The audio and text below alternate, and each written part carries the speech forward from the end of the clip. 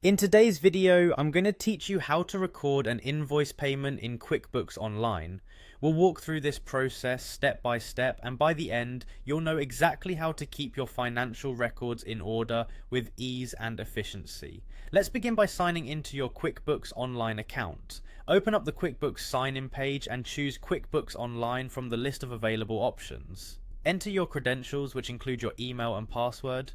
Once you've typed in your login information, click Continue to access your account. It's always a good idea to keep your login details secure and change your password periodically for added security. Now that you're in QuickBooks Online, locate the New button on the dashboard. This is your starting point for creating any new records within QuickBooks, including invoices. Once you've clicked on New, a drop-down menu will appear. From this list, select Invoice. Creating invoices is an essential part of tracking income, and it provides a detailed record that helps in managing your business finances more effectively. With the invoice screen open, you'll begin by adding the customer for whom you're recording the payment. Select the appropriate customer from your customer list. If the customer doesn't exist yet in QuickBooks, you can add them by selecting Add New and filling out their relevant details. Having an up-to-date customer list is beneficial for tracking transactions and generating accurate financial reports. Next, it's time to add the product or service that you're invoicing for.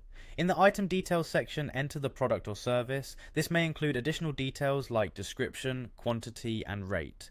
Doing this helps in maintaining precise records of what has been sold and aids in future financial planning and analysis. Don't forget to include the tax. If your business is required to charge tax, make sure to apply it correctly to the invoice. QuickBooks allows you to select or customize the tax rate so that it corresponds with the current tax obligations of your business. Finally, after reviewing all the entries for accuracy, click on the Save and Send button. This not only saves the invoice to your records, but also sends a copy to your customer via email. Make sure to double check the customer's email address to ensure they receive the invoice without any issues.